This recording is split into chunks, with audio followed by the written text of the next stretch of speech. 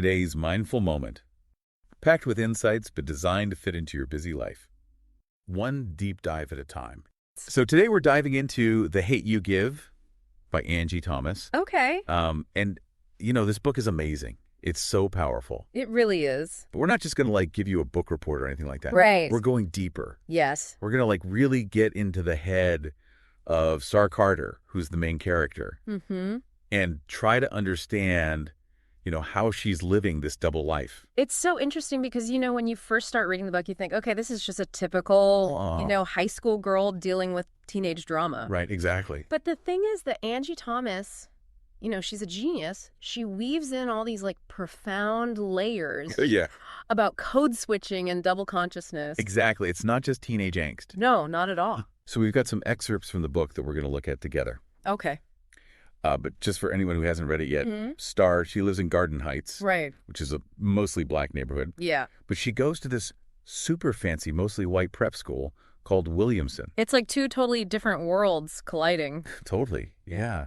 And it's right in that collision that we see Starr struggling with this thing that W.E.B. Du Bois called double consciousness. Yes, such an important concept. So, what is double consciousness? Well, it's this idea that you're constantly aware of how other people are seeing you.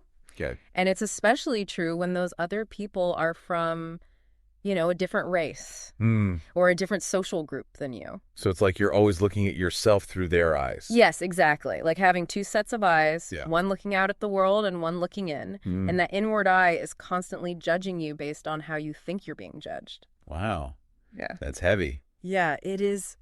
It's a heavy burden to carry. And for Starr, that plays out in how she literally changes everything about herself. Right. The way she talks, the way she acts, even the way she thinks. Exactly. Depending on if she's in Garden Heights or Williamson. It's like she's putting on a different mask for each world. Yeah, there's this part early on in the book where Starr is at party in Garden Heights and her friend Kenya, she says, people already say you think you all that. Oh, yeah. And Starr thinks to herself, I didn't know so many mind readers lived in Garden Heights. That's so good. So she's already feeling judged by her own community just for going to this fancy school. It's that sense of not really belonging anywhere. Yeah. Like being caught between two worlds. Totally. And that's really at the heart of Starr's struggle. And it's not like she can just be herself in both places. Right. She feels like she has to code switch, right? Oh, yeah, absolutely. Like change her language and her behavior to fit in. Code switching is like this social chameleon act. Right. You're constantly adapting to the environment around you. But, that's got to be exhausting. It is. It takes a real psychological toll. Yeah, because you can never really relax. Can you?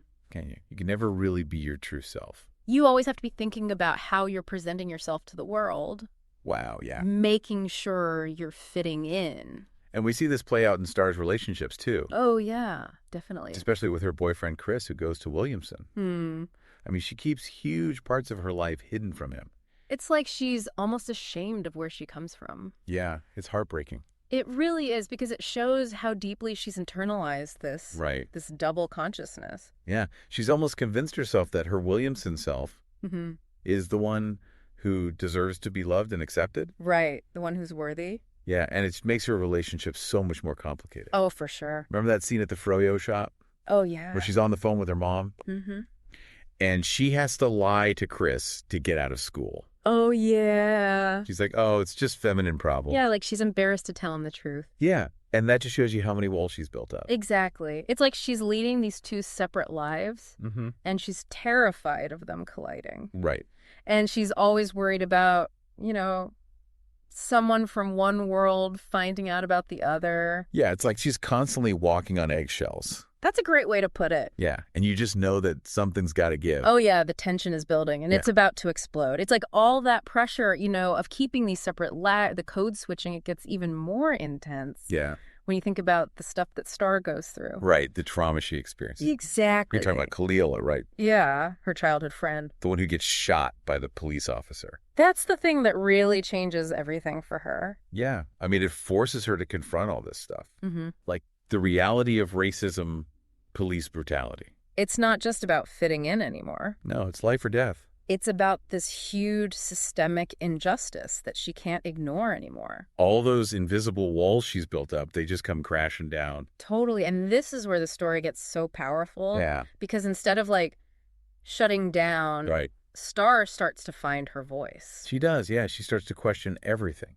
Everything. The assumption, the biases in both of her worlds. It's like she's finally seeing things clearly. And we see this happening in her relationship with Chris, too. Oh, yeah, for sure. At first, she hides the truth about Khalil from him. She's afraid of how he'll react. Yeah. But then she realizes she can't keep living a lie. That's such a key moment. Totally. When she finally opens up to him about Khalil's funeral. It's like a huge step toward bringing those two parts of herself together. Yeah. And it's that honesty, that vulnerability that allows their relationship to grow. He starts to see the real Starr. Yeah, not just the version she's been presenting to him. And it's not just with Chris. Right. She starts to speak out more at school, too. She does. She challenges her friends, even her teachers. When they say insensitive stuff about Khalil and his community. Yeah, like that scene with Haley, her white best friend. Oh, man. I mean, Haley says some really clueless things. She does. About Khalil's past. It's like she's blaming him for his own death. Exactly. And in that moment, Starr's like, nope, I'm not having it. The code-switching mask just shatters. Yeah, she realizes that no matter how hard she tries to fit in, right, it's not going to erase the prejudice and the ignorance. It's a really heartbreaking scene. It is, but it's also super empowering. Because from that point on, she refuses to be silenced. She does. And she starts to see code switching differently. Oh, yeah, how so? It's not just a way to survive anymore. It's a way to resist. I love that. She uses her knowledge of both worlds. Right. Her ability to speak different languages. Literally and metaphorically. To challenge the status quo. Starr's story is so much bigger than just one girl navigating two worlds. It is. Yeah. It's about challenging those worlds. Yeah. Disrupting the systems that create injustice. Yeah, and what's interesting is that she doesn't have all the answers. No. She makes mistakes. She doubts herself. She's human. But she keeps fighting, keeps pushing forward. She does. It's messy. It's raw. Mm-hmm. It's real.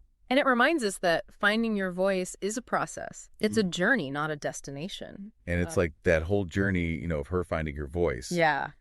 That's what makes Starr's story so powerful.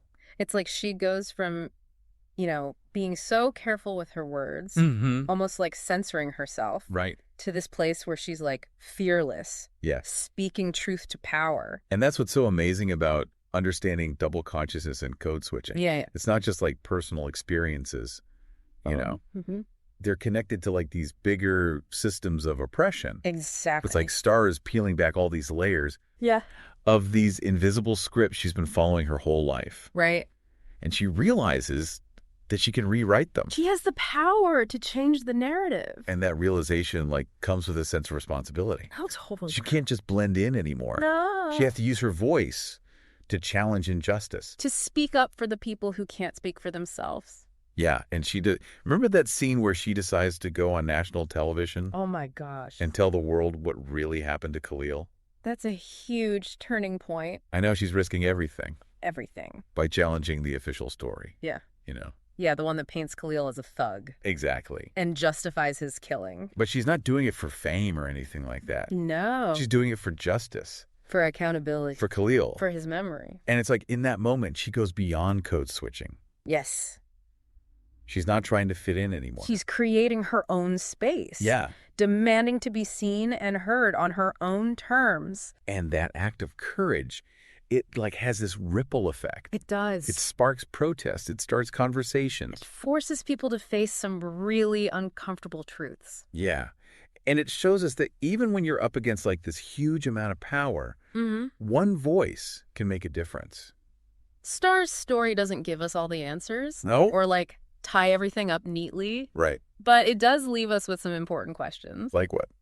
Well, how do we navigate all the different worlds we live in? Yeah. Those spaces where we might feel pressure to code switch, to shrink ourselves, right. To silence parts of who we are just to fit in. And how do we find the courage to challenge those expectations? Yeah, to speak our truth even when it's scary. Exactly. Starr's journey reminds us that our personal stories, they're all connected to these bigger societal forces. They are. And by understanding those connections, by embracing all the different parts of ourselves, by using our voices, we can help create a more just and equitable world. Absolutely. So keep asking those questions. Keep listening to stories like Starr's. And keep pushing for change. Yeah. Thanks for joining us on this deep dive into The Hate U Give. It's been great talking about this book. We'd love to hear your thoughts on code switching. Yeah. Head over to our social media and share your experiences. And don't forget to subscribe to the show for more deep dives into fascinating topics. We got some great stuff coming up. And if you haven't read The Hate U Give yet, there's a link to purchase it in the show notes. Definitely check it out. Until next time, keep learning, keep growing, and keep diving deep.